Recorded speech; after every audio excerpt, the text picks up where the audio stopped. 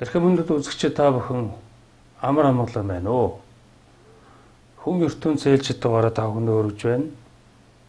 Хүний дотоод ертөнцийн талаарх яриаг та бүхэнд хүргэж байгаа. Дотоод ертөнцийг танихад тань тус болох анхан шатны ойлголтуудын талаар та бүхэнтэй яриад эхэлж байгаа. Түрүүний 4-7 хоногийн нэвтрүүлгээр хүний тэр дотоод ертөнцид мэдээлэл орж ирэхэд хүлээж авдаг тэр сонсохгүй гэдэг тэр хүртэмжийн талаар ярьсан байгаа.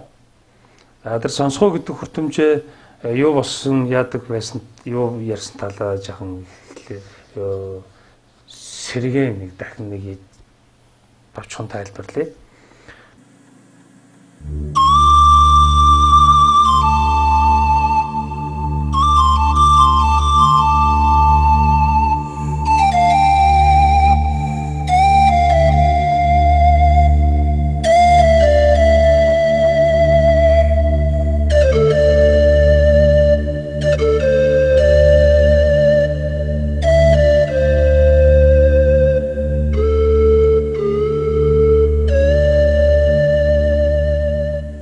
Бид сонсох эрхтэнтэй мөн босод мэдрэхүйн 5 эрхтэнтэй тийм ээ. Ингээд сонсох мэдрэхүйтэйгээ нийлсэн ингээд 5 мэдрэхүй бидэнд шууд үйлчилдэг.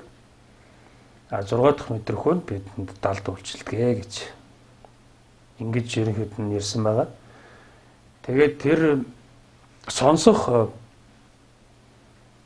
эрхтнэрээ дамжуулаад бид нар мэдээллийг авдаг. Тэгээд тэр мэдээлэл нь энэ манай нэвтрүүлгийн онцлог болсон энэ нарийн ойлголтыг хүлээж авах боломжит тэр хүртэмжийнх нь тэр эрхтэн нь сонсгол юм а гэж, чих юм а гэж, чихний язгуур юм а гэж ингэж үзсэн байгаа. Яг гоо хүний нүд болвол ерөнхийдөө 60-70% мэдээллийг шууд авдаг боловч яг энэ нарийн хэмжээс нарийн энэ төвчний яриаг болохоор заавал учирлан тайлбарлсан үг өгүүлбэрийн эмх цэгцтэй энэ оролцоогоор зайлшгүй хүлээж авах боломжоос өөр боломж бол олддоггүй байна гэж. Мэдээж хүний сүнсний хөгжил дээшлээд ирэхээр өөр төвчний мэдээллийг хүлээж авах тэр суугууд нэгдчих учраас одоо үг хэлний хэрэггүй болох, сонсголын хэрэггүй болох тийм хэмжээс бидэнд бий үйлчилнэ л дээ. Тэрнээс наан бол бид яалтж байхгүй сонсголын эрхтнэрээ дамжуулаад учир холбогдлын тухай нарийн өгүүлэмжүүдийг бид нар хүлээж авч түүнийг ухаан санаандаа оруулж ирж эргэцүүлэн бодох, ой доондоо хадгалах ийм тухай асуудал зайлшгүй бидний сонсох эрхтэнд хүртэгдэж байж биднээс түүнийг хүлээж авах нэ гэж ингэж ерөнхийдөө ярьсан байна.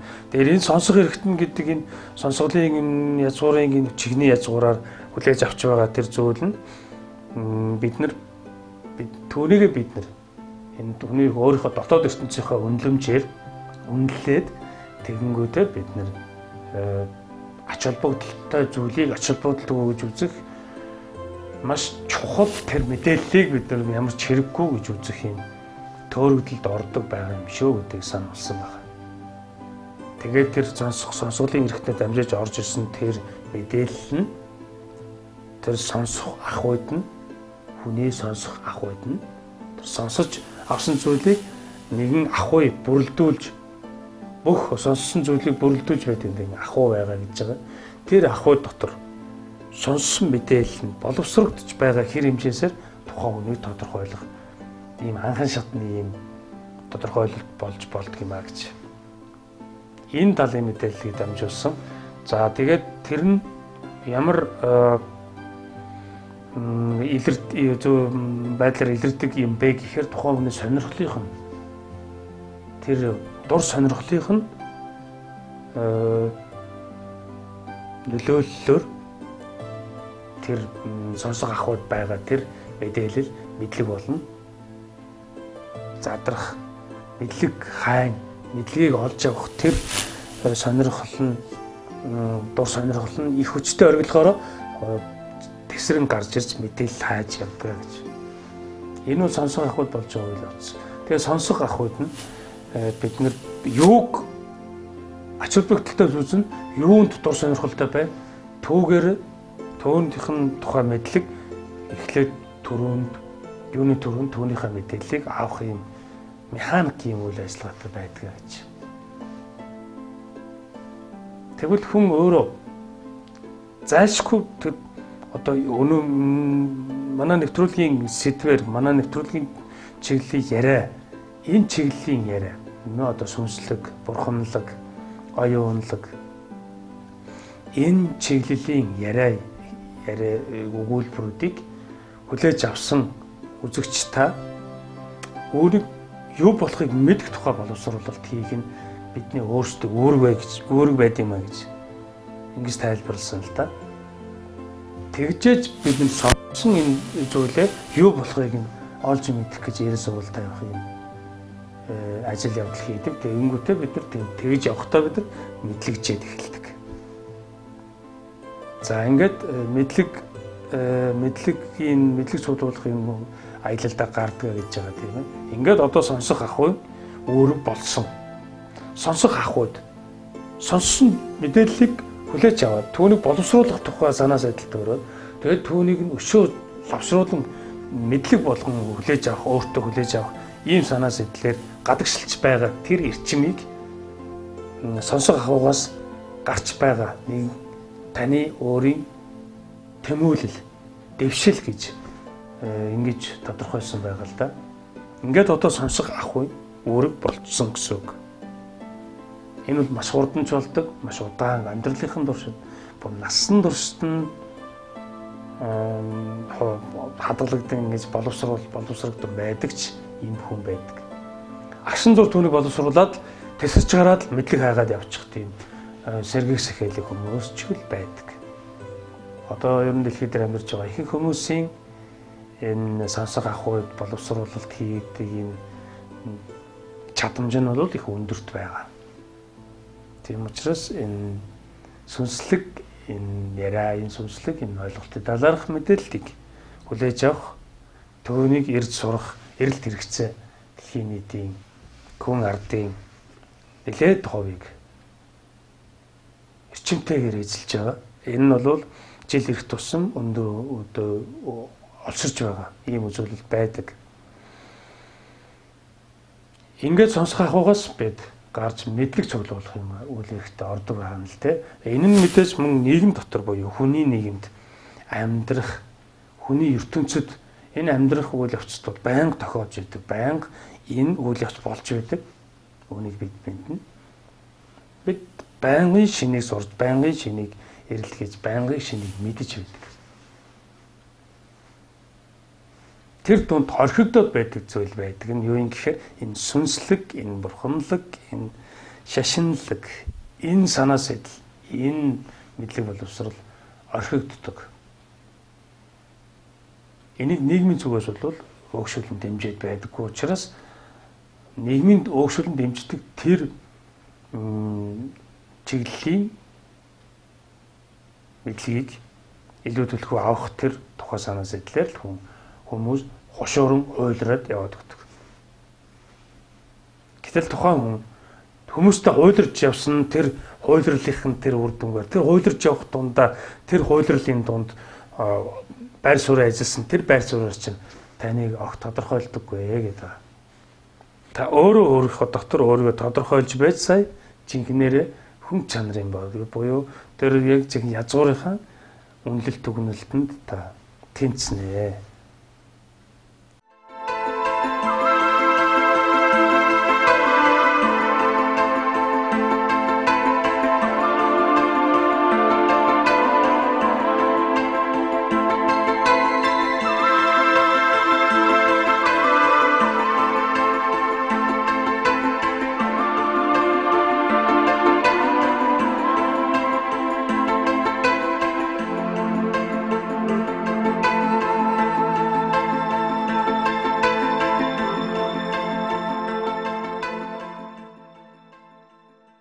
ингэж яриад байгаа л да.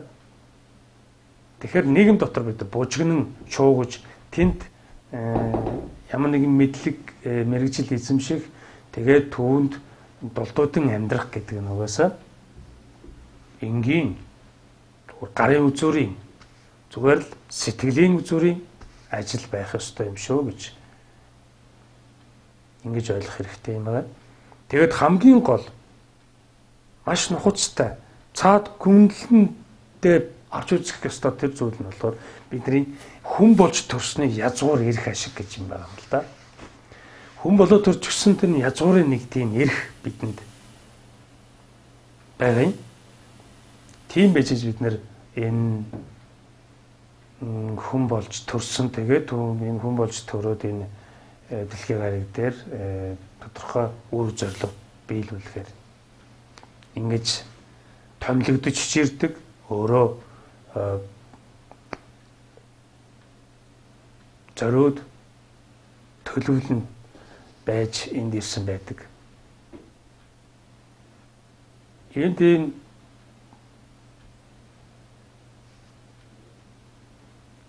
хүн болоо төрчихөд зүгээр ажил төрлийгээд тэгээд л нэг амьдарч байна гэсэн тэр нэг өөрийнхөө болж байна ингэж л амьдрал амьдрсан тооцогдно гэсэн тэр хэлбэр тэр амьдралынхаа хэм маягаар амьдраад л тэгээд би бодлоо гэж үзэх бол хангалттай биш байх нэ гэж ингэж ерөнхийдөө яриад байгаа юм шүү дээ. Тэгээд яах ёстой юм бэ гэдгийг л ойлгох санааны үднээс л анханаас нь нарийн төвшнүүдийн мэдлгүүдийг та бүхэнд дамжуулж байна л да. За тэр үүднээсээ түрүүчийн 7 хоногт сонсох үе гэдэг тэр мэдлэгийг мэдээллийг та бүхэнд дамжуулсан. За өнөөдрийн ярих сэдв нь мэдэх үе буюу мэдлэг олж авах талаарх. Тэгээ мэдлэгийн талаар ойлголтыг та бүхэнд дамжуулъя. Яг тэгвэл сонсох ахуйгаас гарч ирсэн тэр тесрэлт тэр энерги чинь мэдлэг хайгаал явцдаг.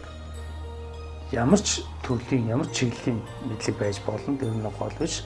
Гол нь мэдлэг хайгаад идэвхжээ сэргээд хөдөлгөөнд ороод өрнөд дэвшээ дээшлээ явах ийм үе шатлалтай ийм хэлбэр рүү шилжчихсэн байдаг учраас маш дэвшилттэй эрч хүчээр явж идэг.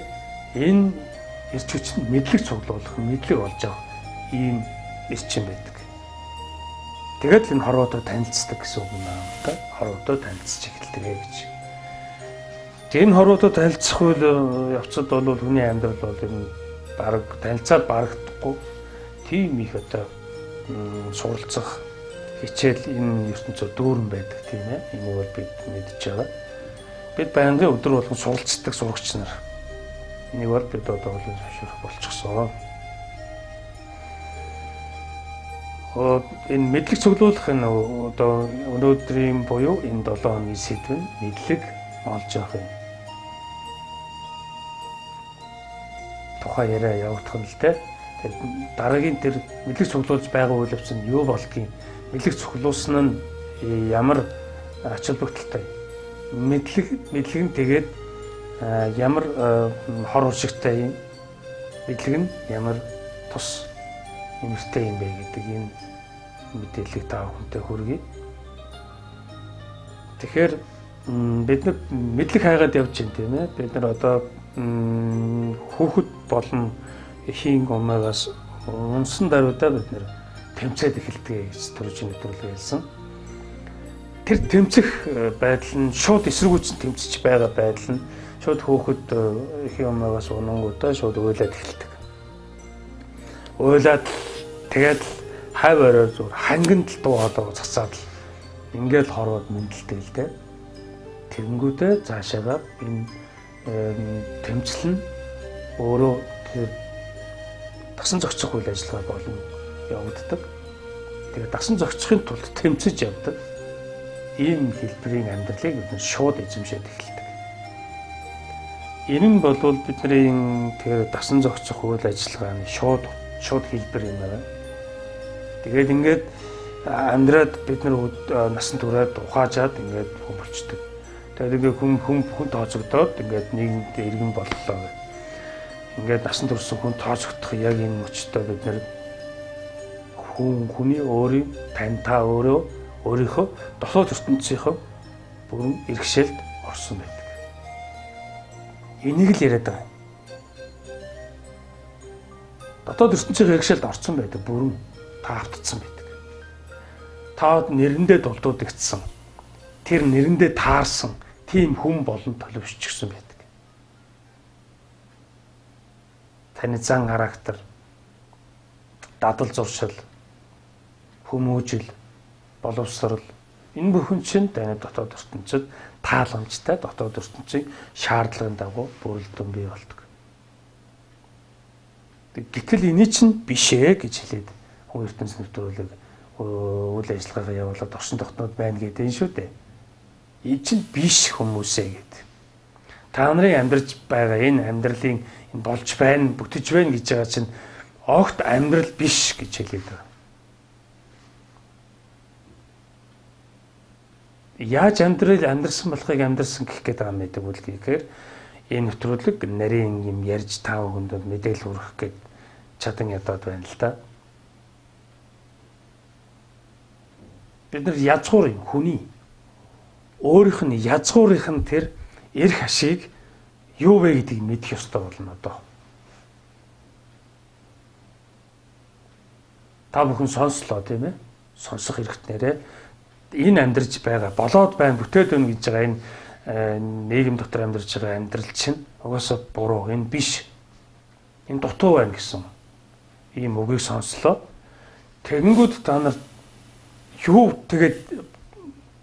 хийвэл яавал тэгээ бүрэн бүтэн болох гээд байгаа юм бэ гэдэг ийм асуулт гарч ирэнгүүт түүнийг мэдэх тухай сэтэл санаа төрөөд тэгээд түүнийг мэдэх гээд явангууд хамгийн нэгдүгээр хүний язгуурын эрх гэж юу юм бэ гэдгийг мэдэх ёстой болж байна. За энэ хүний язгуурын эрх гэдэг мэдлэг болгон даав хүндээ ингэ дамжуулах энэ нэвтрүүлгээ ингээд энэ хүний язгуурын эрх ашиг гэдгээр нь цааш нь үргэлжлүүлээ. Энэ бол та бүхэнд очиж байгаа мэдээлэл. Та бүнийг мэдлэг болгон өөртөө орших үгөөгөө та өөрөө шийднэ. Ер нь мэдлэгийг нэг хүнээс буюу ямар нэгэн ном судраас, ямар нэгэн багш шавийн барилдлагаас бүрэн төгс олоод авчдаггүй. Мэдлэг төгс байна гэж байдаггүй. Төгс мэдлэгийг хүртэх гэж бидэрдэг нь бидний угаас дэвших, дээшлэх тэр чанартай нь холбоотой ийм үзэгдэл. Гэхдээ мэдлэгээр бид нэр асуудлыг шийддэггүй. Өөрийн язгуурын тэр эрх ашигыг юу болохыг мэдэж болох боловч түүнийг ойлгож хүртэж, ухаарж, түүнийг бүрэн таньж, ухамсарлаж болдоггүй гэж ингэж заавал ойлгох ёстой юм байна. Гэтэл хүний нийгэм, хүний ертөнцид юу гэж үздэггүй гэхээр та боловсрлоо маш сайн анхаарах ёстой. Та тийм одоо боловсролыг эзэмших ёстой шатараалтайгаар. Тэгээд одоо ерөнхий боловсролын сургуулиас эхлүүлээд нэг шатараалтай явж байгаа хамгийн сүүлд нь тэгээд магистр, бакалавр, тэгээд докторант, доктор, профессор гэдэг ингээд мэдлэгийн өндөр түвшинд цойлонд өөлөх ёстой юм гэж. Ингэсэн байхад энэ норвод ирж ирээд энэ алган дээр мэт болно гэж. Ингэж үзээд, ингэж яриад, ингэж ойлгуулад, ингэж биднийг зүтгүүлээд идэг. Гэтэл энэ бол буруу. Мэдлэг төгс байна гэж хизээч байдаггүй. Төгс мэдлэг гэж уусаа байдаггүй. Мэдлэг төгс байх боломжгүй. Энийг манай үзэгчид маш сайн тогтоож авах хэрэгтэй.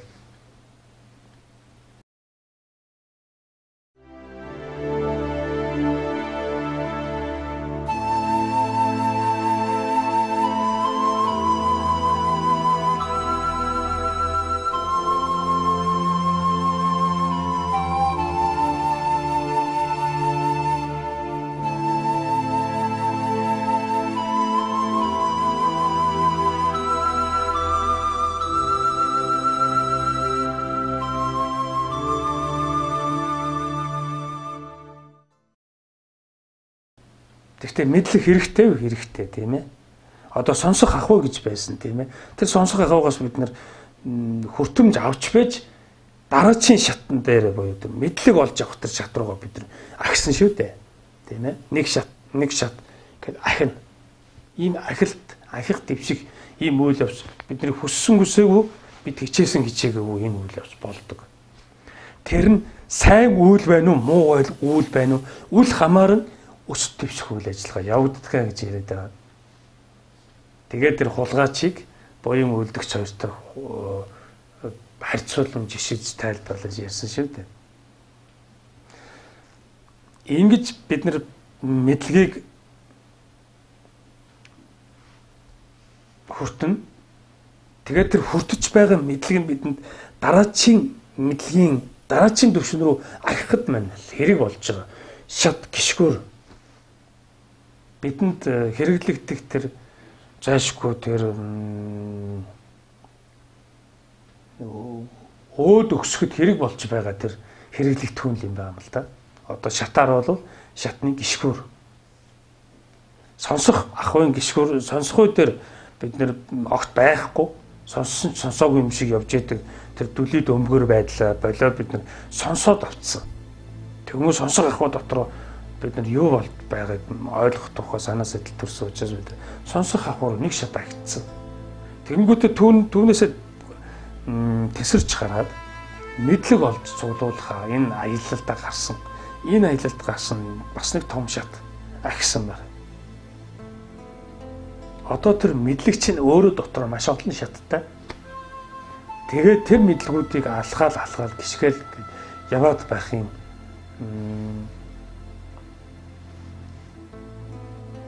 Зайлшгүй тийм. Хүний өөрийнх нь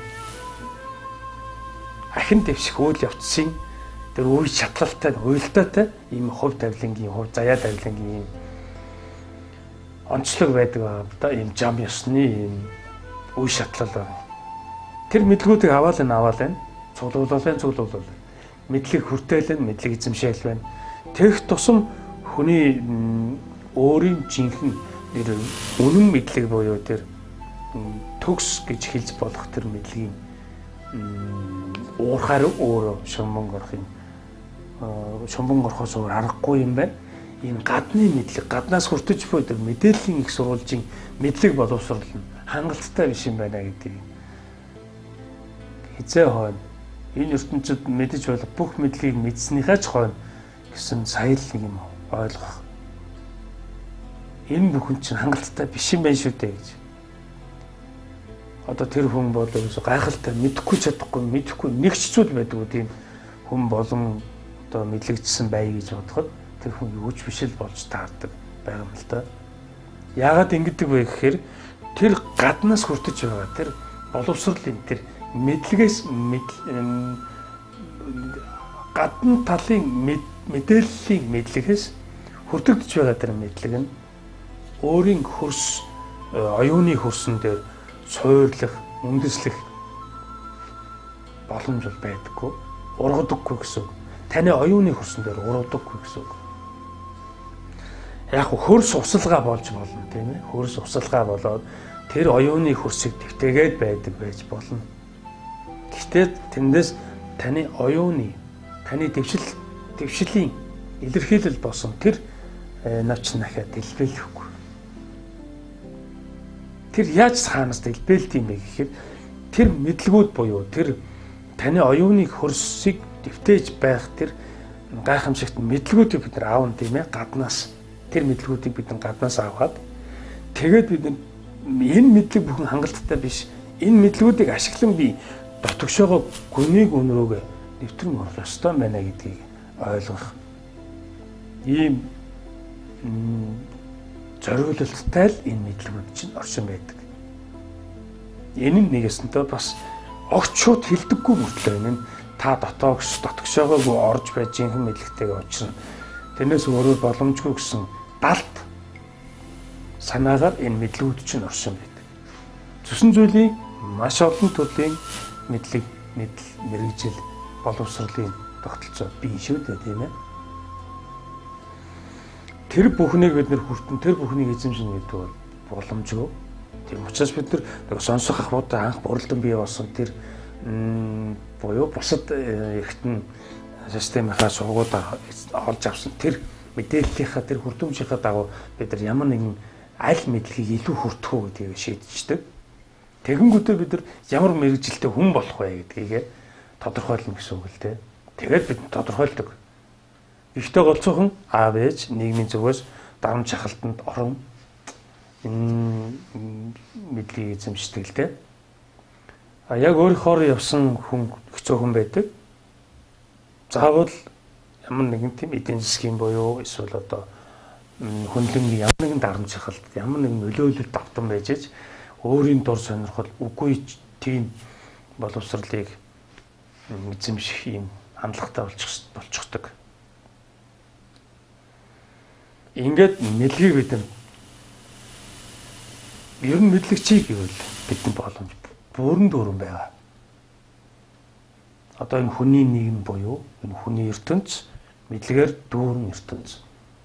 Энд мэдэхгүй чадахгүй юм байхгүй байна тийм ээ.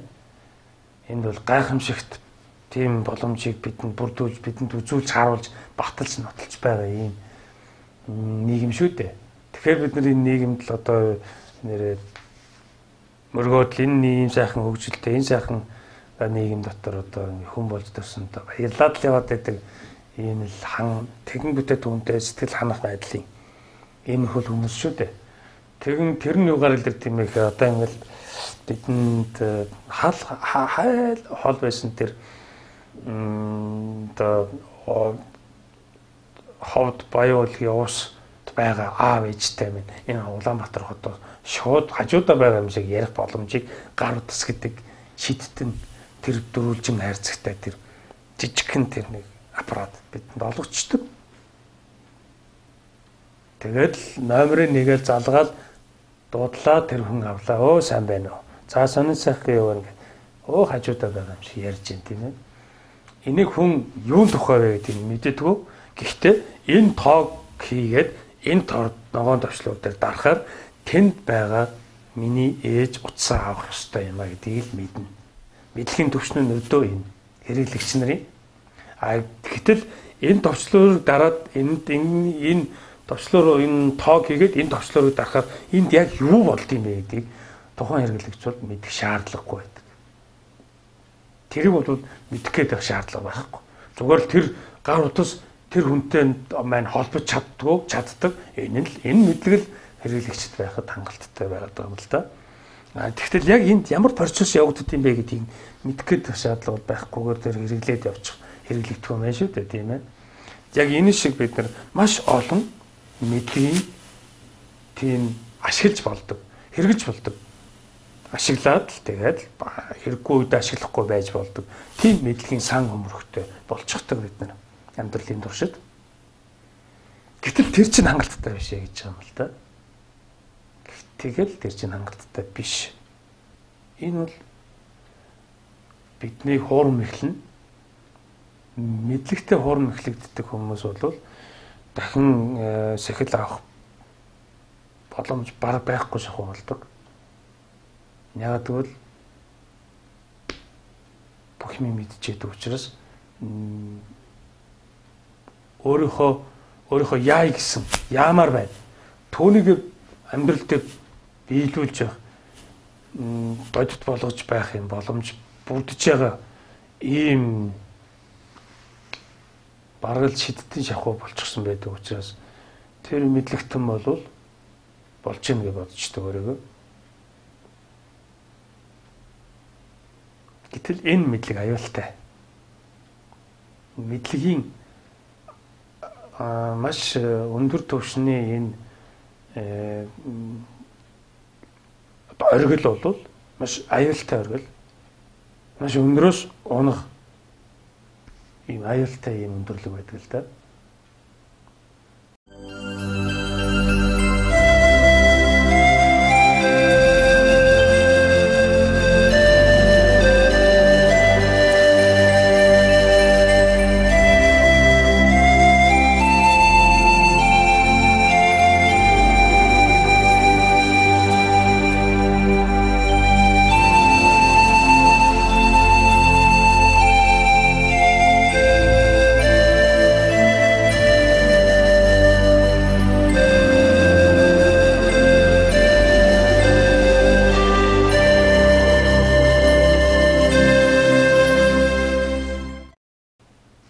Тэгээд хэрвээ тэр мэдлэгийн түвшнээс тэр өндөрт ориглоос унах юм бол тэр хүн дахин сэрж сэхэрэх дахин хүний язгуурын тэр эрх ашгийг ухаарж ойлгох боломж олдохгүй. Ингээд хайрын нэг хүн төрлийн нэг энэ нас ингээд хайрын болдог. Тэр нь яаж юу суугүйхээр хит их мэдлэгчээд мэдлэгдээ самуурсан хүн өөрөө төөрчдөг гэсэн. Тэр нь унж байгаа явдал юм л да. Тэгээ мэдгүй юм байдаггүй. Тэгсэн мөртлөө яасан мэдж байгаа юм байхгүй юм шиг. Тэг мэдлэгээр юм нь болчт юм уу гэхээр болдоггүй. Ийм зовлонт хүн ундаг. Тэгээд тэр зовлондоо хүн түүртэд ирэхээр ингээд тэр хит мэдлэгжилтийн сөрөг үр дагавар нь хүнийг ёс бусын тийм зүй бусын тийм харилцаа үүсгэхэд төрөгдөг. Тэгээд энд болж байгаа үйл явц яг одоо болж байгаа үйл явцаас шал өөр юмыг хүлээж аваад тэнд болж байгаа үйл явцын дараачийн үйл явдлыг олж хараад тэгээд тэрийг нь удчил энд авчирч ярих жишээний ийм үзэгдлэг ийм үйлдэлүүдийг тэр хүн хийдэг. Тэгэнгүүт хажуу ойрхон хүмүүс энэ одоо юу сонирм яриад байна гэж ойлгодгүй. Тэр хүнд бол ойлгомжтой байж болно. Гэтэл мэдээч юм байж болдог. Гэтэл нөгөө энэ яг одоо энд яригдж байгаа тэр үйл явцын сэдвтэй огт авцалтаагүй тийм юм ярих боломж тэгж бүрэлдээд байдаг. Тэгэнгүүт тэр хүнийг гажигтай солиотойгоор үнэлдэг. Тэгээд сэтгэл мэдрэлийн өвчтөнд тооцдог. Ингээд тэр сэтгэл мэдрэлийн өвчтөн нийгмээс шахагддаг гэсэн. Нийгмээс шахагдаад ирэнгүүт тэр хүн галзуурах бүрэн тийм боломжтой болдог гэсэн үг юм л да. Ингээд нөгөө галзуурлын солиорлын дээжгтэй өрөөд ингээ галзуурдаг. Тэгээ галзуурсан хүн бол ой санамж оюун ухаан гэж юм байхаа болоод оюун нь уусаа яг хагдарч цүлждэг. Ингээд тэр хүний тоноос хасагддаг юм аюултай байдаг л да. Энэ нөгөө мэдлэгийн хамаа замбраагүй их шунан дурлсан тэр мэдлэгийн их бөөгнөрлөөс тэр мэдлэгүүдийн орооцолтой нэг учрыг олж тайлж чадахгүй болсонтой холбоотой юм гарч ирдэг гажиг үзэгдэл юм байна л да. Тийм учраас мэдлэгийг бид нэр учир замбараа авах хэрэгтэй байдаг. За тэгээд солиорч галзууртлаа мэдлэгийг олж авдаг тийм эрч хүчтэй тийм хүн ер нь тийм олон биш л дээ. Байдаг боловч тийм олон биш. Гэхдээ тийм сэрэмжгүй байдлаас үүдэлтэйгээр ингээд хүмүүс тэр мэдлэгчээд байдаг. Тэр нь өөрийн тэр бусад тэр мэдрэмжүүдээр бас дамжигдсан тэр мэдлэгүүд нь бас хүртэгддэг. Тийм ч сувг байдаг. Тэр сувгуудыг хүн ойлгож мэдэрч тэр сувгуудаас ирж байгаа мэдээллүүдийг ялган салгаж ингэж хүлээж авах, өөрийн болгох, тэр өөрийн эзэмшлийн тэр эрх мэдлийн хүрээнд асуудлыг шийдэх юм өөрийн эзэн байр сууриас асуудалд ханддаг учраас хамаа замбраагүй мэдлэгүүд таны мэдлэгийн санд хувимтлагддаг. Тэгэнгүүт түүнийг хүний дотоод ертөнц хамаа замбраагүй ашигладаг. Хүний дотоод ертөнцийн энэ хамаа замбраагүй ашиглах боломжийг шууд гартаа авцсан байдаг. Тэгээд мэдлэг бүхний чинь ашиглаад л тэгээд л одоо таны гүйлгэж харилгаад л яг болсон юм хийлгээд л болсон болоогүй юм хийлгээд л огт завж чөлөөгүй гүйлгээл байдаг.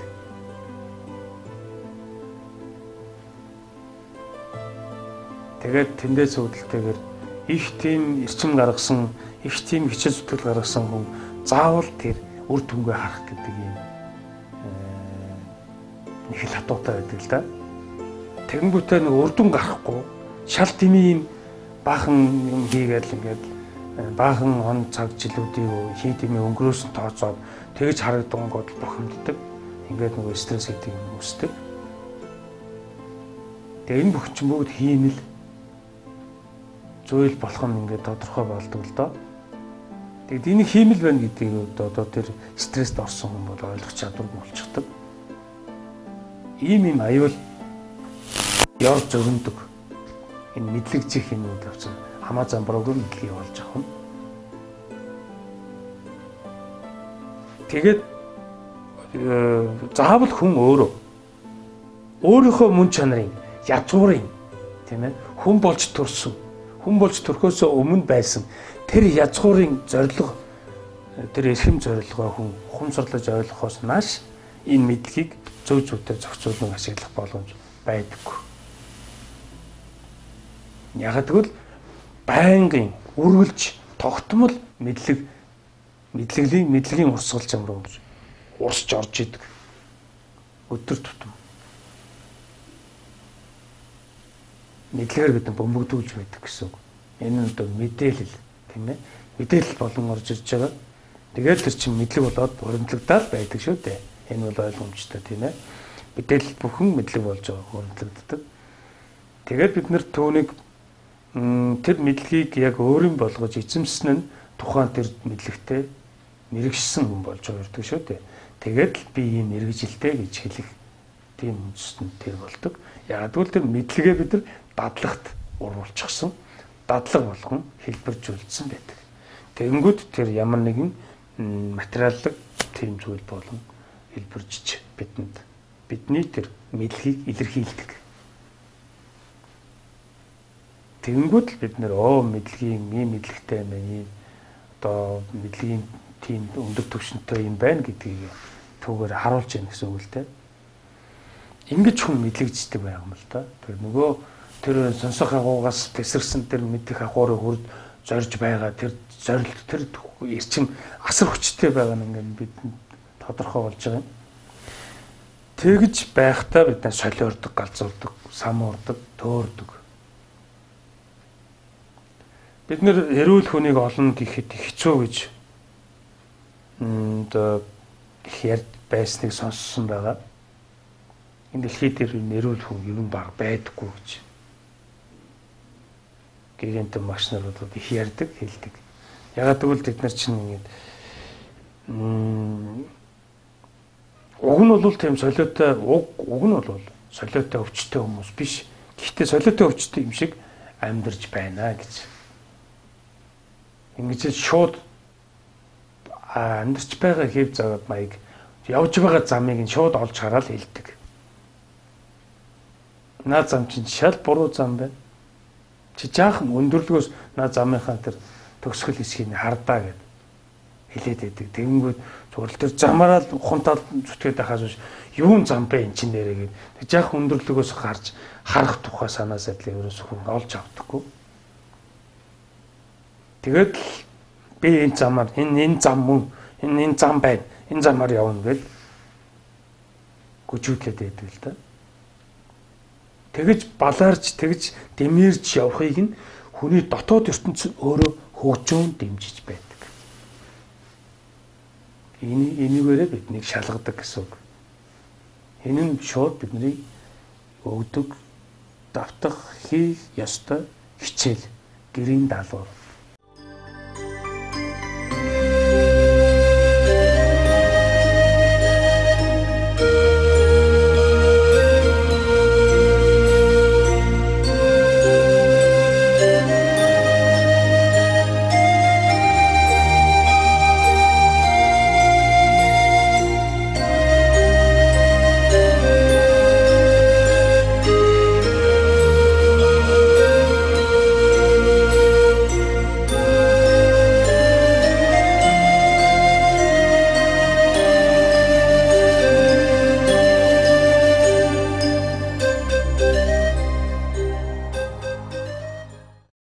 Тэгэхээр зэрэг та мэдлэгчээд болчихгүй гэсэн үг л дээ. Энэ жишээ нь одоо энэ бурханлаг, энэ сүнслэг ахын мэдлэгийг хоримтлуулаад тэгэхээр болчихно гэж бодох нь эндүүрл болно гэсэн үг байна шүү дээ. Та мэдэж авах нь зүй зохих ёстой. Тэр чинь таныг өвжид дэвшгэд чинь дараагийн шат руу ахихад чинь тэр мэдлэгүүд чинь шат болон танд хэрэг болоод та өшөө өндөр дэвшин хөгжинэ. Гэхдээ энэ бол хангалттай биш гэж хэлээд байна шүү дээ.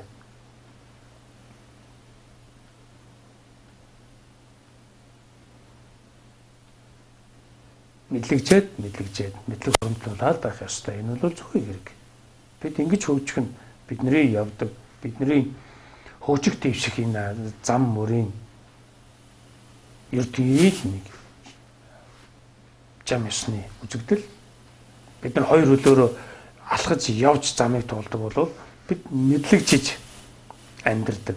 Мэдлэгчиж бид нэр амьдралыг сонирхолтой байна гэдгийг нь хүртдэг. Ийм бодглоод. Тэгэхээр зэрэг бид нар байнгын мэдлэгчиж байдаг. Энэ нь ертөнцийн л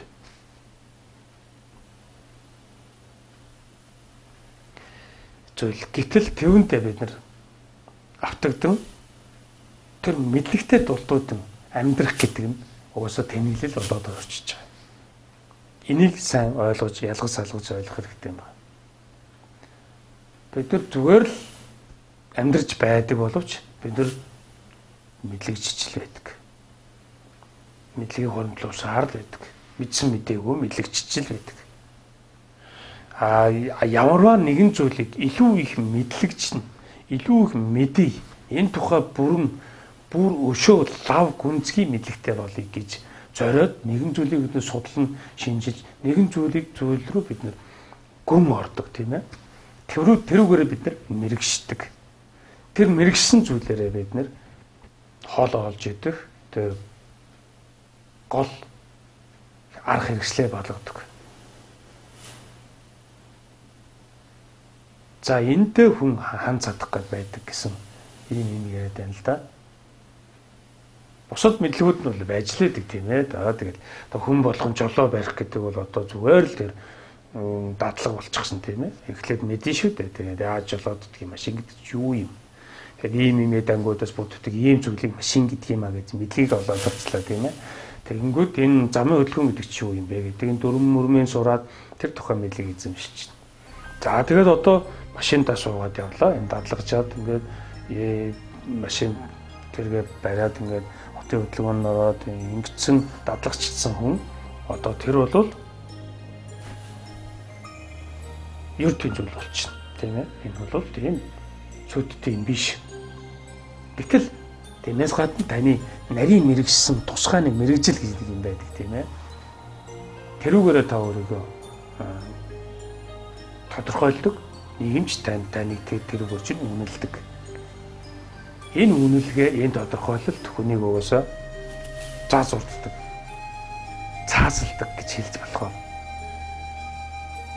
Шууд дөөжилдэг гэж хэлж болох ийм аюултай үзэгдэл байдаг юм л да. Энийг хүн мэдэж, эндээс хүн өөрийгөө авч гарч, эндээс өндөрт дүүлэх тэр боломжийг өөртөө хүн олгодог байх хэрэгтэй юм байна. Тийм учраас энэ мэдлэгийн төвшин гэдэг бол анхан шатны төвшөө гэдгийг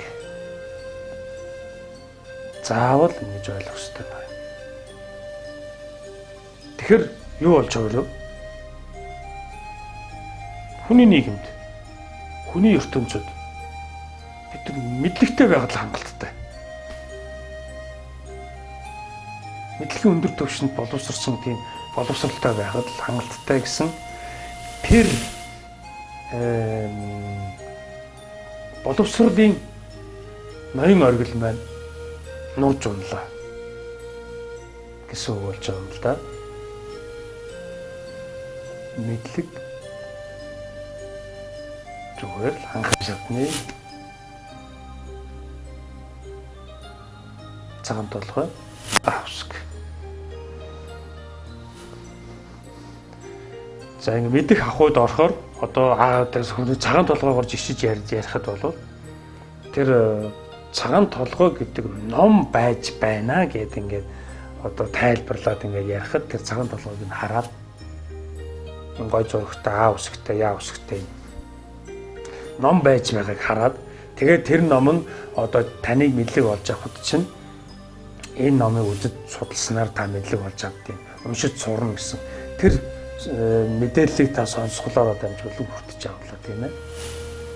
За тэгвэл нийт чинь зөвхөж үзье байц. Юу яадгийг энэ уншиж сурахаар яадгийг ингээд сонирхол төрөөд тэгээд шууд сонсох агуулсаа таны тэр мэдлээ сонирхол чинь тэгсрэн гараад тэр номыг сөхөж үзэх тэр номын тухай мэдлэг олж авах юм сонирхол тэмүүлэл хөтлөгдлөө ингэнгүүт та тэр мэдээллийн нөгөө тэр сонсох агуулсаа тэгсрэн гараад мэдлэг рүү шилжиж байгаа юм алхам болж байгаа. За тэгээд мэдлэг рүү шилжээд эргүүллээ А үсэг. За ингээд А үсэг гэдэг нь А гэхэд ордог, аргал гэхэд ордог. Ингээд Б үсэг нь ингээд бал гэхэд орно.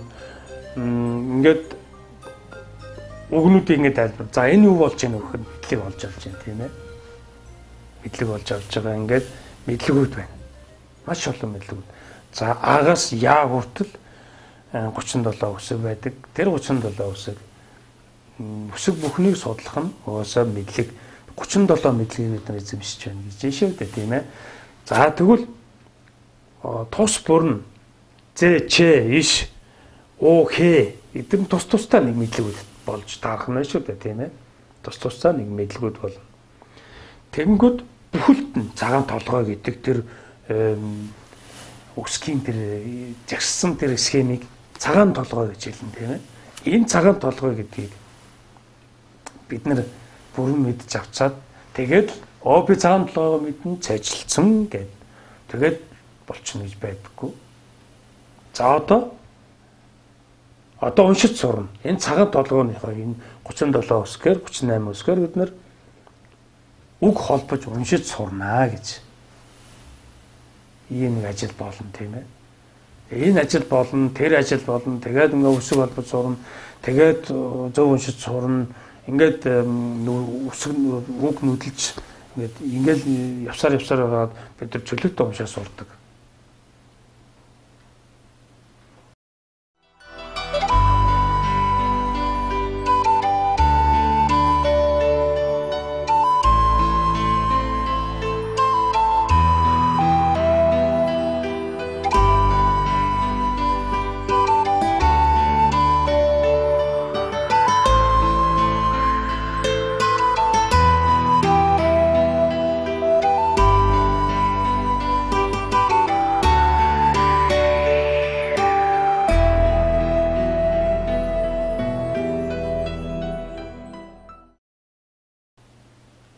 За одоо цагаан толгой хэрэгтэй юу? Одоо цагаан толгой хэрэггүй болж байгаа тийм.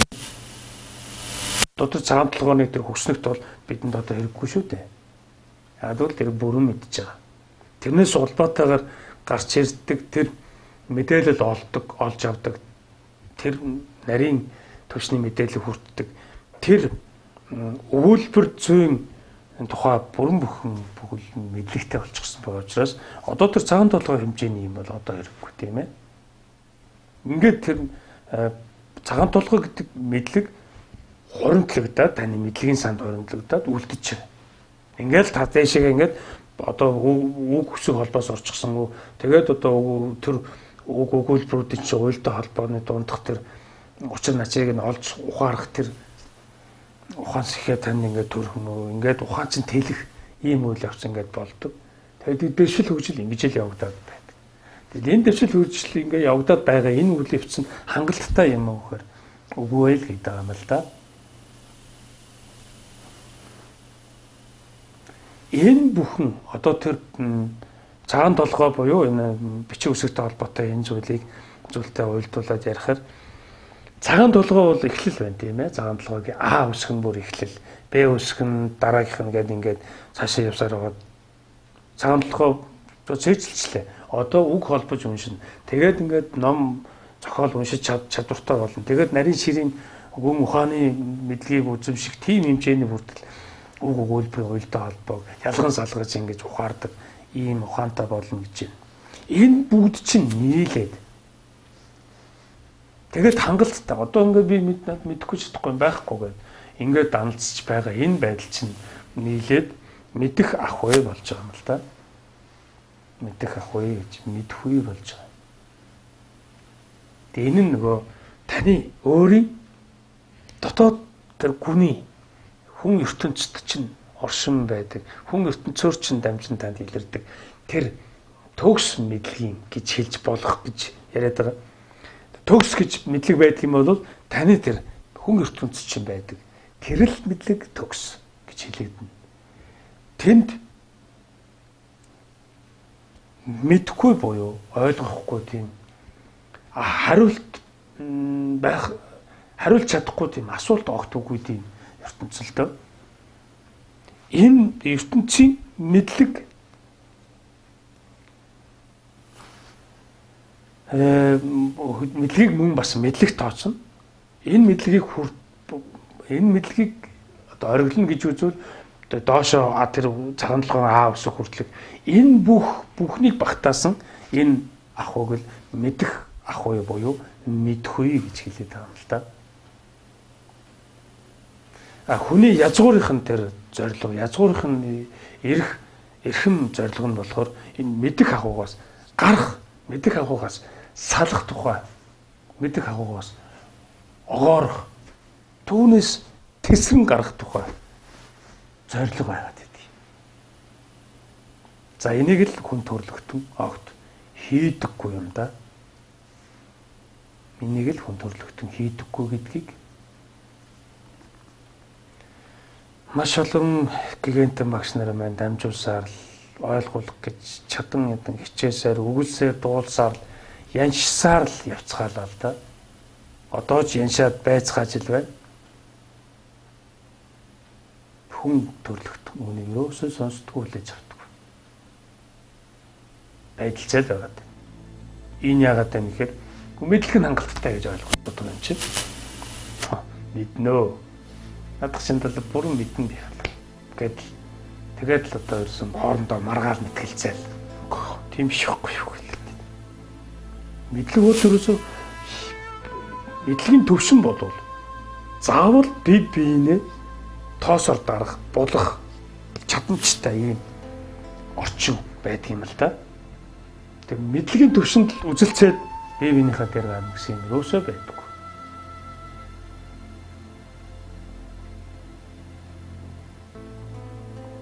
Тэгээ үзэлцээл байна.